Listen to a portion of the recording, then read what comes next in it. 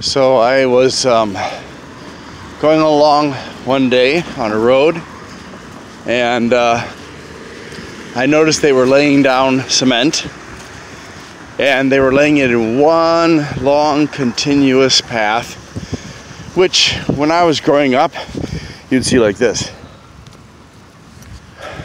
so that the concrete or cement could expand and contract without being damaged too badly by weather extremes here in Wisconsin. Well, as I was going by this construction, what I saw was that one long expanse which far exceeded the recommended distance without a break for expansion and contraction. And I saw this guy going slowly across it. He was a construction worker. He was pushing a machine slowly across it. And once he got far enough along, I realized that he was cutting a groove in the cement. I looked at that, I was like, no, that's not deep enough. That's only going the depth of the blade into the cement, which, guess what that means? That means that that top part can expand and contract because of that gap, but the whole block of cement below that part cannot, which will cause fracturing and breakage, which means that the lifespan of the road that I was looking at will be foreshortened because of this cheap technique. And I don't know if they're doing it because they're idiots, or if they're doing it because they're saving money, or they're ripping off the city because it's, a public road, right? Or what it was.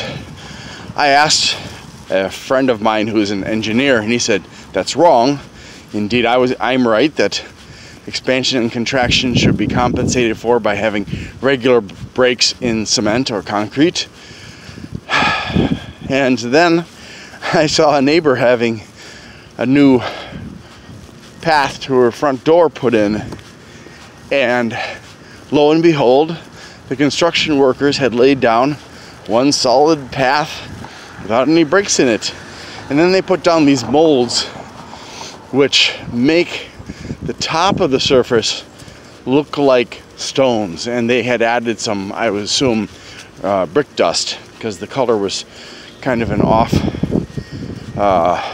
light brown color, I guess, brownish reddish.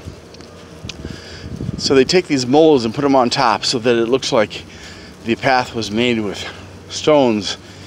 And so I stopped and I said, well, what about the joints for expansion and contraction? Oh, we're going to cut those later along the grooves from the molds. And so I said, oh, okay. So I looked, and they used an even smaller saw than the one I'd seen being used by that guy on the road. So basically, it's a shitty job, because that will mean that the walkway to the front door is going to have a short lifespan, because it only went a couple inches into the cement, and it was certainly thicker than a couple of inches. You could see at the sides how thick they had laid down the cement. So yeah, I don't know, maybe somebody can explain it to me, because I'm not getting it.